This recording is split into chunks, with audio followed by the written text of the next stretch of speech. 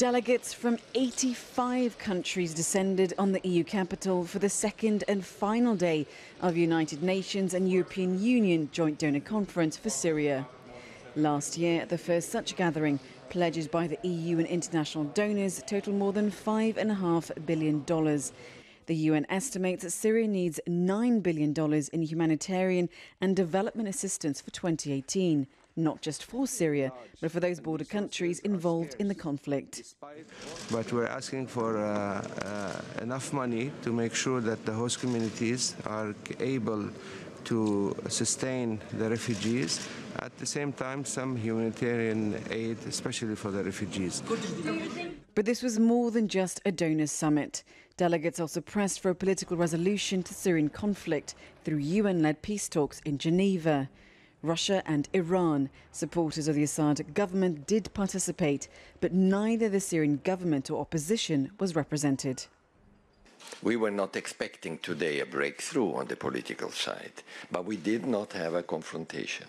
And they were all there in the room. So that's a good sign. Remember, 1 week ago, we were on the brink of a very serious crisis.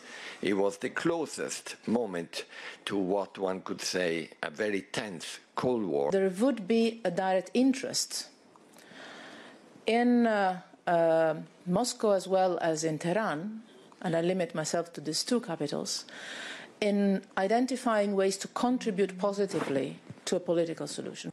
But the conference wrapped up with some disappointment. Pledges fell short. One of last year's biggest donors, the United States, declined funding. We must not let down the people of Syria. They are not alone. And I'm glad to announce that the delegations here today have made a collective pledge of $4.4 billion for this year alone, 2018.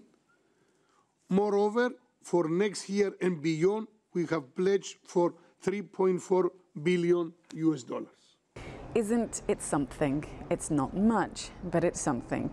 Those were the words of the EU Foreign Affairs Chief Federica Mogherini on the fact that Iran and Russia, countries that support Bashar al-Assad, were able to sit round a table with those who don't so soon after US-led airstrikes. Now, in essence, it summed up the mood of this conference as world powers remain divided on Syria's political future. A safe and humane future for those most vulnerable remains in the balance. Mariam Zaidi, CGTN, Brussels.